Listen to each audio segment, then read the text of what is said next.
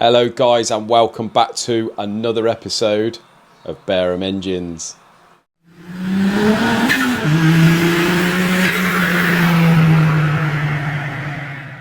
Right, so the BMW block for Deutschwerks that I've rebored to +5mm. What we've got to do is just check the ring gaps for them. So these are Manley pistons, typical of Manley. They come with a chart for gap in the rings.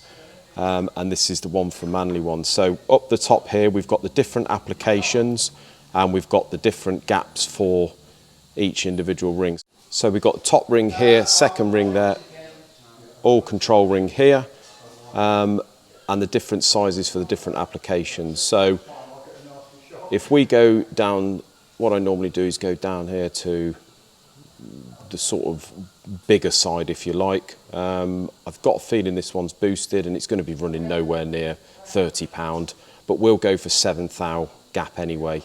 It ranges from 4.5 to 8 thou. So we'll aim for 7. I've checked all the oil control rings, which are these ones here. And to be honest with you, I've never had an oil control ring that needs gapping on any of these sort of forged pistons. These gaps here are about 25 thou, so we don't have to worry about them. They're giving 15 thou on all applications. The second ring, which is a cast iron ring, we're going to aim for 7 thou, and the same on the top ring. So what I've done is I've put a top ring down a bore and a second ring down this bore, and what I do is get the top of the piston and just push it down slightly and square that ring off just to make sure that the gap is sort of true. And we've got the gap down here. Then what we're going to do first is I'm going to put a 6 thou feeler gauge down, which is this one, and just see what we've got. So that 6 thou goes into each gap nice and easy. So now if we go up to 8 thou, there's the 8 thou.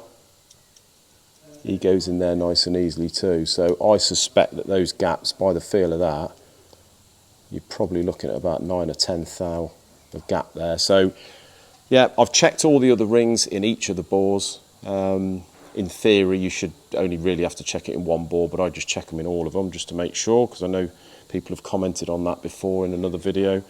But yeah, those gaps, I'm happy with those gaps, so we can just get them all packed up and the customer can take it away now. So guys, as you can see, I am cracking right on with Mark's Cosworth. We've got to get this one out so I can get the normally aspirated one over here and get that one complete. Yeah, we're really cracking on with the motors now.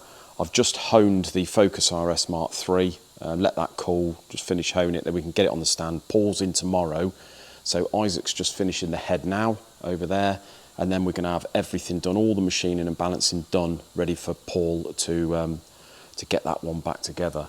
But yeah, I'm cracking on with this one. You can see we've got the crank in. Turns absolutely freely, just one hand there, no problems whatsoever.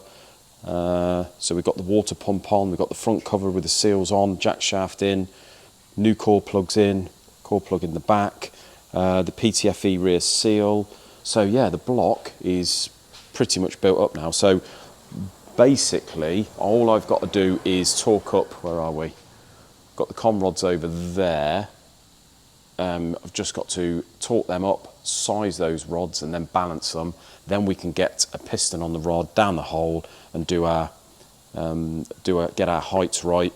Still got to put the pockets in the pistons, which I'll do later on today, but I'm hoping tomorrow this engine's going to be all done. So absolutely ideal.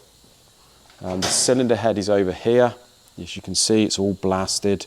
We have got what we got. Yeah, got new guides put in it. I've just got to ream the guides, cut the seats, skim the head, and then put this together, and that's all done. Right, so Mark's rocker cover, you can see I've given it a little lick of paint. It had been painted and faced over the top this, but I noticed after cleaning it there was a few spots where the paint had come off. It just looked a bit shabby, so I blasted it back, give it a lick of the original lovely red there, and I'll just give it another little lick over the top, make it all nice and fresh. No point giving him a nice minty engine back with a scruffy rocker cover. But yeah, just letting that dry. It's pretty much dry now, so I'll get that on the mill in a minute and give it a lick over. Right, so Isaac is balancing the Mark III Focus RS crank, and he's just notified me that he's balanced the crank. You can see he's took a bit off this end, but this crank was pretty good. He said the amount on either end was about 20, so not disastrous on the crank, although he's just put the flywheel on, and he said it is absolutely all over the shop and just goes bang straight off the gauge. So it is located on, so there's no dowel, there's a locator on the centre, so you can't put it sort of wrong like that. It goes on true, but he said I think all the bolts are not offset, so you can put it on 6 different ways. So he's tried it on 2 ways and it's no different. So I said to him, just leave it as it is, mark it on TDC so we know where to put it back on and just go for it. It was cooked, so I think it's running a paddle plate, but it had buried itself in here, so we've had to face this flywheel. But it faced up true enough. But yeah, just goes to show it's absolutely off the scale, that thing. So that is not going to be doing the engine any good. So we're spinning the crank up now. I've just turned the left hand side over and you can see that is right off the scale. So if I put that lock back on, you can still feel that moving. So it's off the bloody gauge.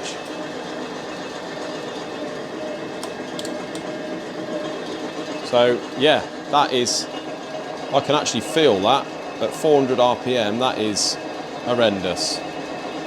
So there you can see now I've faced the rocker cover. Took about half a mil actually to get that clean. It sort of didn't want to clean around this area, but you can see now that looks absolutely fresh. So all the com rods here, we've sized and balanced all these. Size wise, they weren't that great, to be honest with you. There were probably 2 of them were about 3/4 of a thou oval. And they were all pretty tight, so we've honed them and put them all on the top limit, which is the bigger size, and then we've balanced them. So these weren't too bad out on the balance. We're probably talking about 3 grams between the lightest and the heaviest. So what we do, just to recap guys, what we do when we balance them is obviously we torque these up. They'll have no shells in. So what we do on this little bit of apparatus here, first of all, we balance the big end. So we set it up like this with everything sort of spaced out perfectly. We balance the big ends. So obviously we weigh them all first. We find the lightest, set them out lightest first to heaviest, and then we match all the heaviest ones to the lightest ones. Then we turn it round and put this over there, and we do the same with the small ends. And then what I do is once we've balanced all the small ends, I weigh the whole rod, each rod as a complete unit, and it should be around, usually it's around within sort of 0.5 gram. If not, I go and check the big ends again and then do it again. But yeah, so as you can see, I've took a little bit off the side of the big ends, same on the small ends, just to get them all correct or matching the lightest. So they're all done. I've done my dummy build and I found out that the pistons protruded 33 thou, so I've gone and took 20 thou off the face of those pistons, and they are over here. So now we've got about 13 thou protrusion, which is perfect. These are the pistons. So what I'm going to do this morning, set this jig up and put our valve pockets in, and then those pistons are ready to put on the rods and we can continue building the bottom end. So yesterday I cleaned up the sump. See, that's all blasted, lovely in there.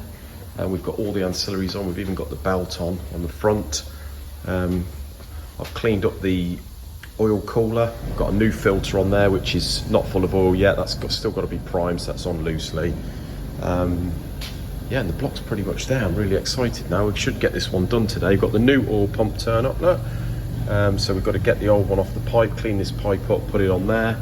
And the baffle's got to go in the sump. Paul's in today because it's Friday morning now. Crank assembly's all balanced. That's got to come off and just be polished quickly. This has got to be thoroughly cleaned. Obviously Paul's in. Paul's the man for the cleaning. I think he sized the rods, so we're going to do a dummy build, but hopefully we can get Paul well on the way with that one today, and then we can move on to some of the others we've got. Safety glasses, safety first guys. Right, so I know you've all seen me do valve pockets in the Cosy pistons before, but every now and again I'll sift through the comments and I'll read one that I think you're having a laugh. I'll show you. What it was, someone commented the other day saying, we don't seem to see you do a lot of machining or building. You seem to do a lot of talking about what you're doing. But not quite sure what videos they've been watching, because I'm pretty sure I've showed you guys quite a lot of building and machining and what have you, but maybe not. So I just thought I would take this opportunity to kill two birds with one stone and show you, one, me doing a bit of machining, and two, talking about today's thumbnail and title, guys. So yeah, the reason for the thumbnail and title is just to talk about those irritating customers that come in and get to you. You just feel sometimes you need to share it with everyone. Now, first of all, it's probably, I would say, two types of customers that really irritate me. One of them is the I could do it myself if I had the equipment. Now, we have had this quite a lot, surprisingly, in the past, where people come in and they've obviously shopped about and rang around, and they come in here and they sort of run you through exactly what they want doing, and then that moves on to exactly how you should be doing it. And then you know it's coming, and they give it the old, I would do it myself if I had the equipment. And you think, well, you haven't got the equipment. It's because that's why you're in here. I mean, what we tend to say now, and John's worse than I am actually with this. He says, well, go and buy the machine, then do it yourself, and at least you know then it's going to be right. And they soon change their tune then. So yeah, that's one that really, really, really irritates us. And then the second one is, this is probably aimed at one particular customer, to be honest. He comes in and he comes in with a block, and it was a mini block. I hate to say it, you know, we do a lot of A-series engines, and a lot of the guys are great, but it just seems to be something about some of the mini lot. And I know if my friend Paul Jeffries is watching, he's probably himself being a mini man, he's probably going to smirk at this, because he deals with them day in, day out, I expect. But yeah, they come in with like a block and a crank. And I'll just give an example of this one guy. He said, yeah, I want you to machine it big bore, so it's got to have offset bores, etc. I've rang around, I've been to several places, so bear in mind he has actually been to several places, so God knows what he spent on fuel, etc. And then he says, yeah, just having a look at your prices and that, you seem to be sort of £10 cheaper on a block reface, but you don't seem to be as cheap as so-and-so on the unleading the cylinder head. So they're doing the head. I mean, the bloody cheek of it, for one, and two, he's probably spent way more than that extra 10 quid travelling around trying to find someone that's cheaper. In the end, this one guy, we just said, look, be honest with you, you're going to have to just go elsewhere. We're not interested. Hate to turn away work, but the problem is sometimes you do get the feeling about a particular customer when they come in, what they're going to be like, and we just don't want it. You know, it's not worth the grief. You just know, not that you're trying to get out of anything or you're trying to pull the wool over people's eyes, because we always do our best to do everything correctly, as you guys know, but sometimes you just get the feeling that someone is going to be an absolute bloody nuisance. I mean, don't get me wrong, some of them do escape the net, and we end up with a customer, as you know by the warranty videos, we end up with a customer who's just a complete nightmare, and it doesn't matter what you seem to do, they're never going to be happy, and you're never going to hear the end of them. But it's not very often. Most of you guys are good as gold. But yeah, that's me rant over. I've shared that with you and I feel a lot better now. So thanks for that, guys. Well, unfortunately, guys, that is it for today's video. We've got no more time to video because we are absolutely flat out here. But until Monday's video, have a great weekend. We'll see you then. Cheers.